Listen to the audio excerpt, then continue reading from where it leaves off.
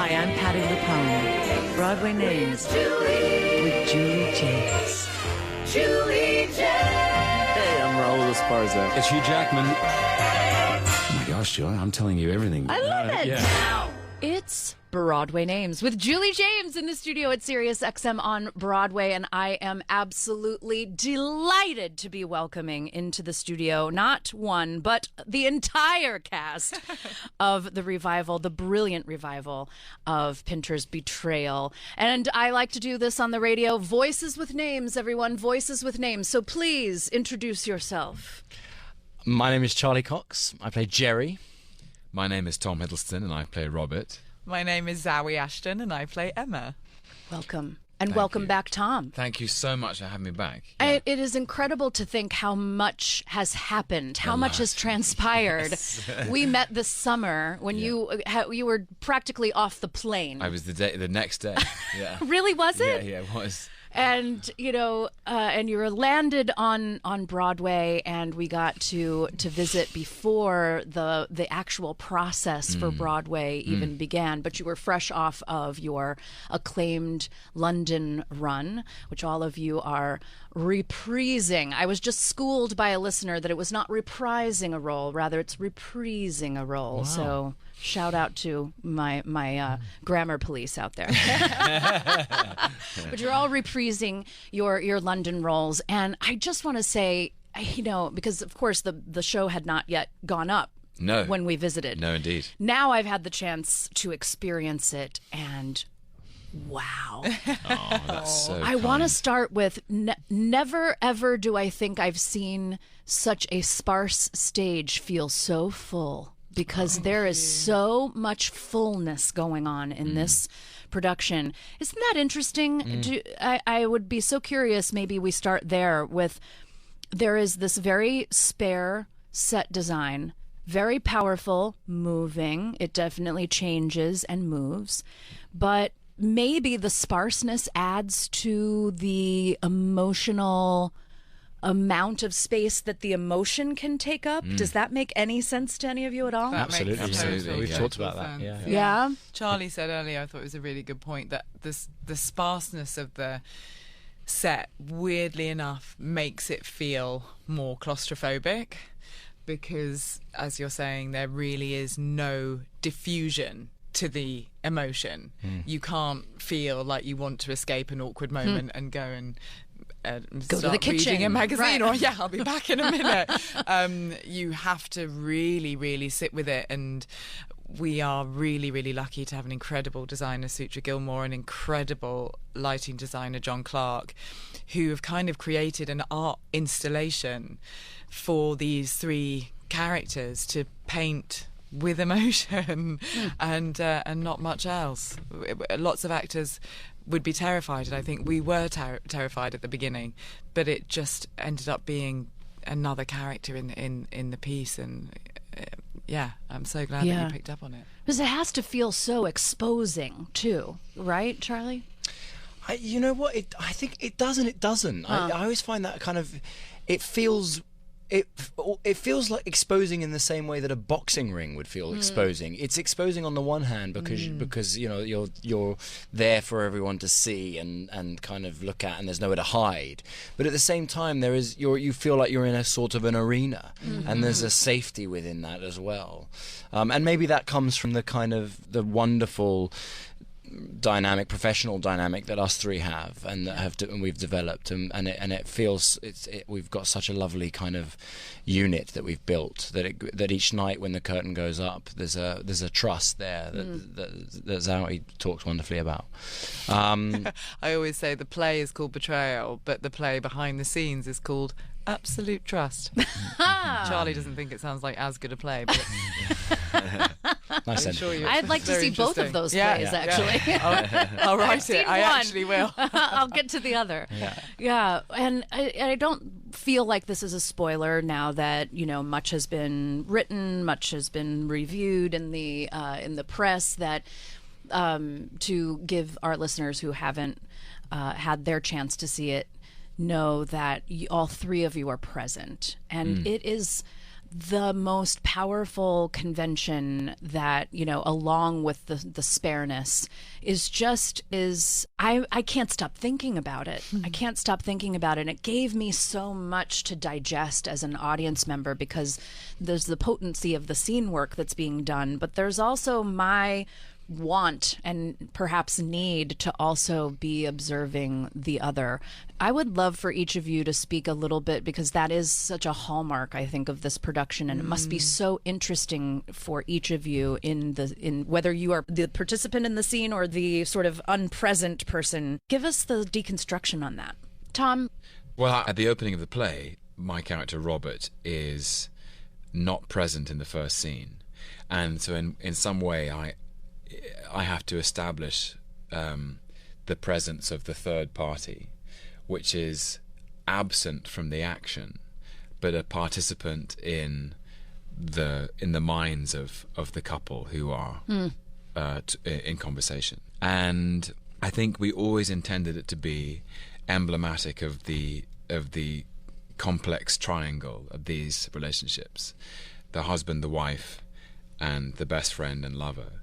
And the three relationships, the marriage, the affair, and the friendship, are inextricably linked. And that whenever each couple meets, the third is always present in the mind of the audience, as it would be in the mind of the characters.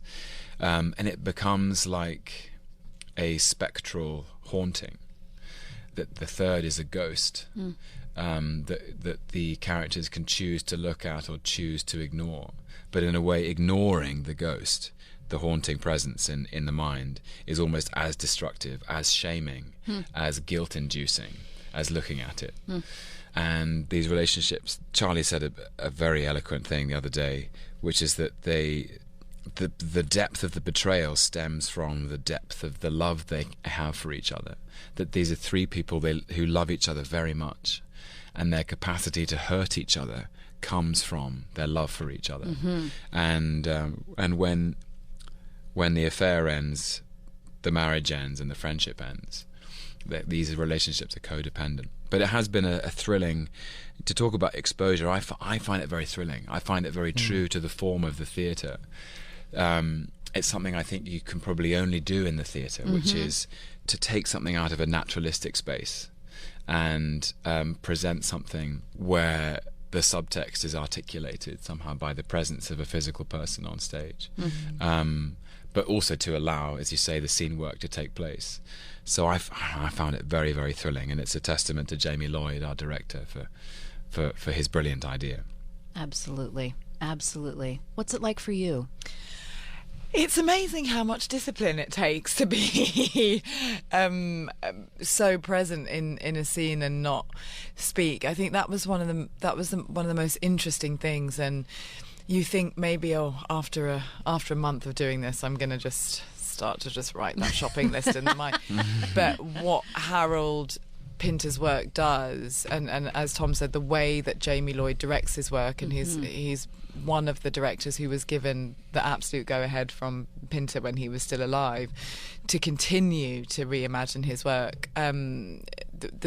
Between the two of them, you can't get off the hook. You absolutely cannot sleepwalk through a Pinter play, because everything underneath his intention is so visceral, because he's so truthful, I think. Yeah. So one, it was a learning curve on how alive you were going to be. You know, it's not break time. It's kind of you're almost living through those scenes to your next scene. You know, you're able to have this moment where you can live through the experience of the other characters and have it carry you to the next emotional place that you have to be, which is a real blessing. You know, if we all had to go and sit up in our dressing rooms, we wouldn't have that same experience. I think the other thing is being able to really express what an affair is to always have the other person present, because this play, the betrayal only exists because the three of them are interlinked. When the marriage is over, the affair ends, you know? Right. As does the friendship. As does the friendship. Right. So they are holding each other up all the time. This is called one of Pinter's memory plays. You know, he has obviously an enormous breadth of work, but this is called one of his memory plays because he plays with our idea of memory and what nostalgia is and how painful nostalgia can be because it's so knotty. No one really remembers what went down, especially not in a affair as long as this and with the emotions that are involved. So that's one of the other beautiful things, is to be really true to the fact that this is a play about memory and just how, I don't know, just how deeply the three of them will probably continue to remember each other, even way beyond their relationships with each other ending. Yeah. And And remember each I other like in to think different I'll just shades. haunt them both for the rest of time. Jerry and Robert wake up in the middle of the night thinking that they see Emma in the corner eating an apple. And it will be me, because actually I'll be stalking you. It's always one step too far, isn't It's it? always one step too far with me. Well, Charlie, you're one of the solo moments where you're not the participant in the scene that I still am almost haunted by. You're present very much more downstage than most of the rest of the show.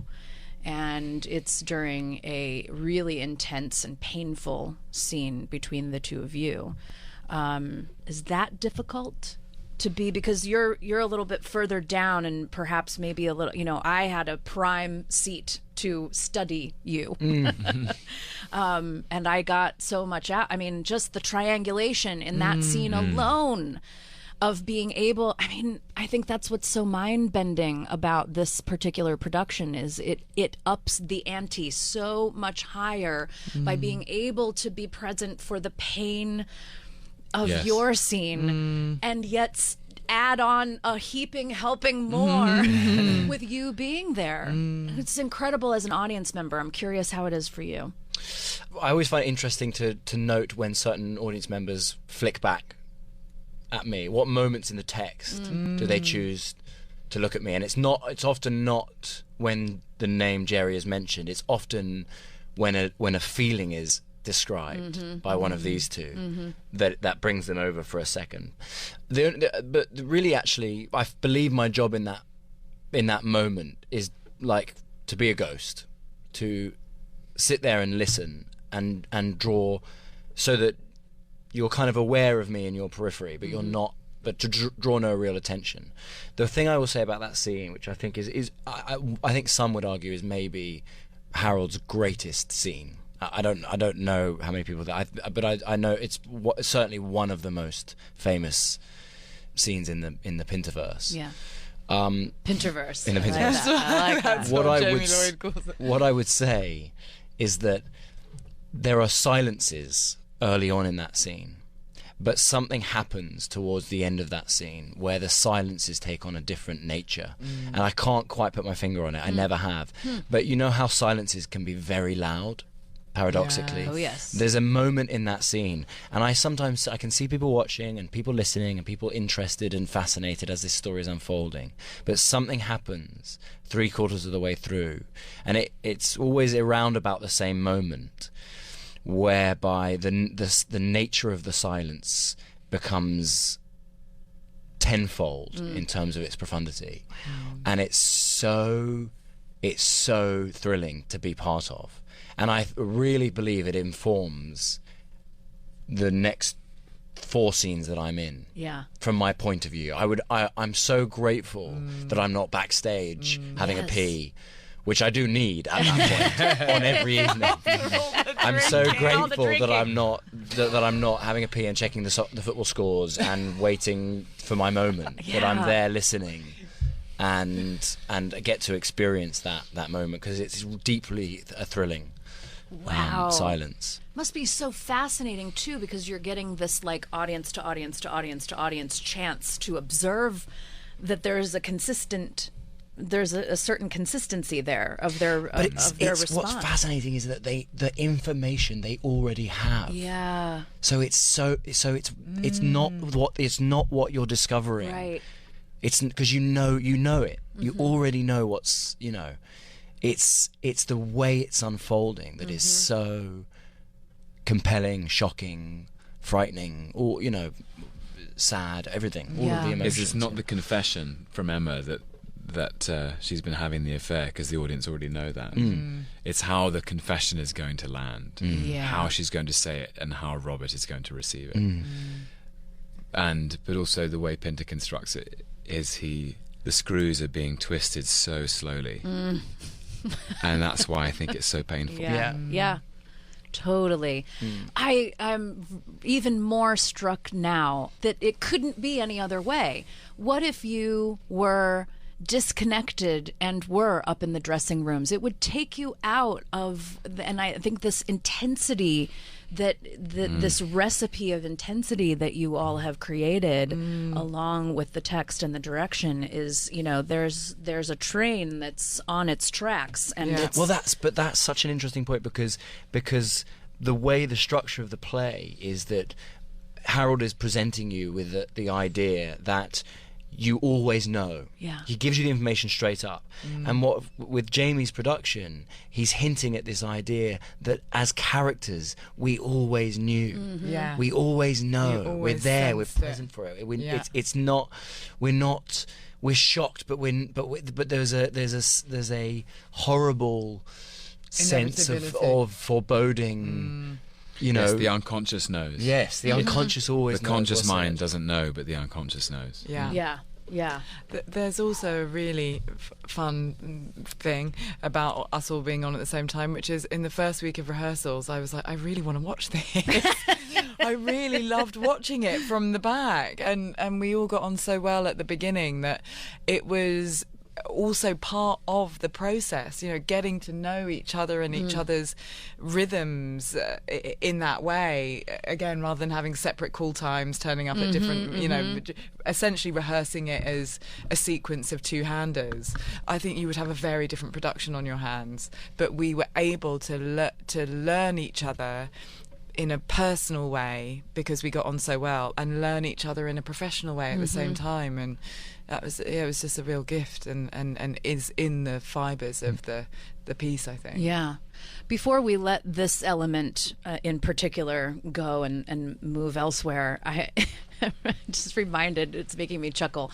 It was like my first professional job of getting my equity card in a regional theater. And, I was learning from all of the, elder statesmen around me, as an ensemble member. And, I was learning from the principals. And they made a joke one day in rehearsal about meaning in terms of their engagement in the piece. It was like, oh, bullshit, my stuff, bullshit, my stuff.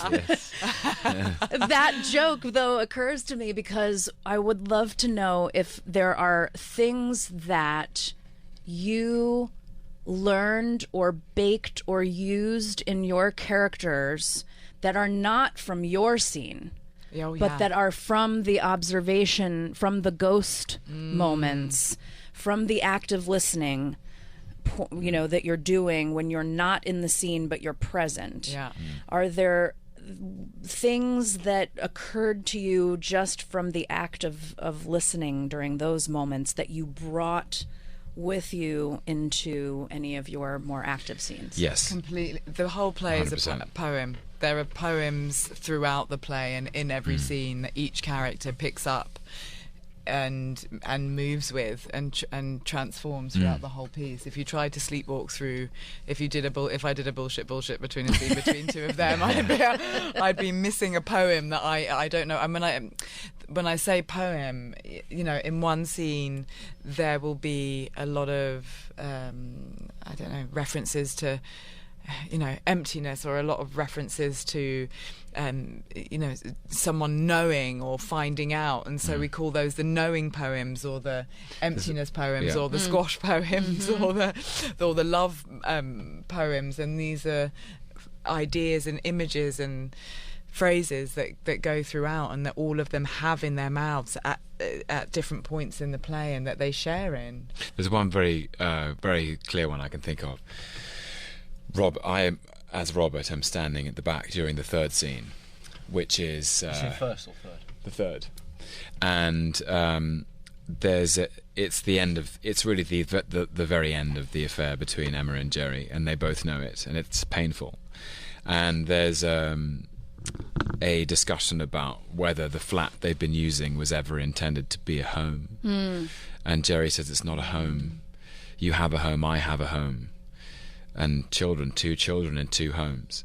And the next scene takes place in Robert and Emma's home, and Robert is hosting Jerry, and I'm so conscious that Jerry's walking into a space that is not a flat. It's not an empty flat. It's my home. And I really take that on from scene 3 to scene 4. That there's been this, as Zoe says, a poem about home and the definition of a home, and the next scene takes place in my character's home. Wow. I take possession of the space in a very different way. Yeah. And yet, just for our, radio listeners who have no visual on us or some of them not on the play yet, that it is a neutral space. There's nothing there. An And empty you're space. doing that. Yeah. That is, it's remarkable. It's remarkable. How hard is it to start at the nadir of the story and work yourself back into naivete, innocence? Is that hard? Scene 1 of this play is one of the hardest scenes, I'm sure, I bet. in the English language. What do you think? I don't agree. I know agree that- with myself. I know that I do know this about that scene. I know that if we don't, for whatever reason, we don't start it if it doesn't begin quite emotionally in the quite right sized, it's very hard to pull it back. Yeah. I know that. Yeah. But I have a thought which I don't want to say because I don't want to give anything away. But I have a thought which when I'm able to remember it, and when I'm able to bring energetically what that thought says to me, to that first scene, I really feel like the writing is so good that it takes you on the journey itself. It's almost just like it's almost like getting on a riverboat. But you got to get on the boat. But once you're on it, you just go with the flow a little bit, and it will all unfold as it's meant to be. That doesn't mean it's the same every night. It's the flow is always slightly different, but it will take you on that journey. And I don't know if you guys feel this way, but I do sometimes feel like we don't obviously literally, but I feel like energetically we get a bit younger and a bit more, and a bit more, a bit less beaten down. There's a bit less held, a bit less restricted. Yes. Yeah. I get that. I It's get very that. true. Tom, when we visited over the summer, we could only imagine what was going to happen in terms of the depth that you would get to explore together that had happened in London over the course of the run there, and then you were looking ahead to another chance to deepen, another chance to explore, another whole round to get in there. and now, as we were joking quickly before we went on the air, you're cresting. Yes. We have until December 8th. And so you are, at like a 10-ish week, maybe a little less here on Broadway. Now that you've been through that we were hypothesizing about, how has that been for all of you? The depth that you found in the amount of time that you had in the London run, complemented by a whole other round here. How's that been feeling? It is deeper. It can't, even if we hadn't actively re-engaged with it, the iterative process of doing it every day, like a meditation, I think, as you said in the summer, if you do something every day, it can't help but be absorbed into the soul more deeply. And but Jamie was with us in August and September, and we worked on it. We went back in. We went back into the text. We went back into our production and found things we hadn't found. And I think it's grown over time, and it really is amazing how the play keeps revealing itself. Yeah. to each of us, I think. It keeps rewarding us with new insights every day. And that's the mark of a great play, is the more you do it, the more you learn. And as an actor, the more you learn how to get out of the way of the play and allow the play to express itself. Yeah. Wow. Well said.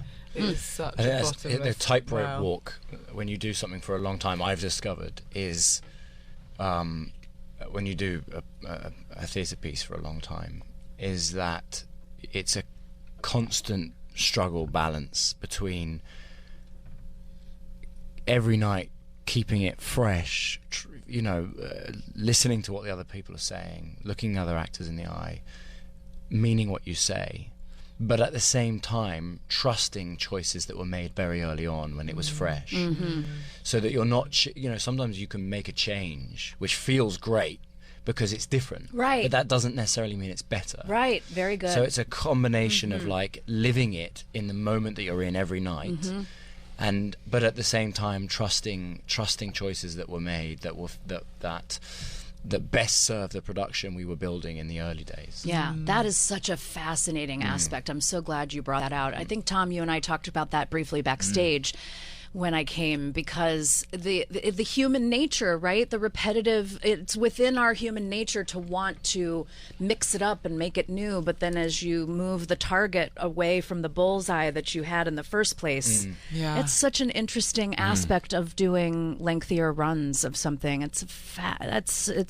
gives me a lot of food to chew on right there. Just thinking about that. Yeah. I always mention my mum in interviews because she gives such amazing insight on everything. But she's, said to me, "You guys are," and she demands it. And she's make sure you mention me in every interview you do. She really, really is hogging the limelight. That's for my next book, guys.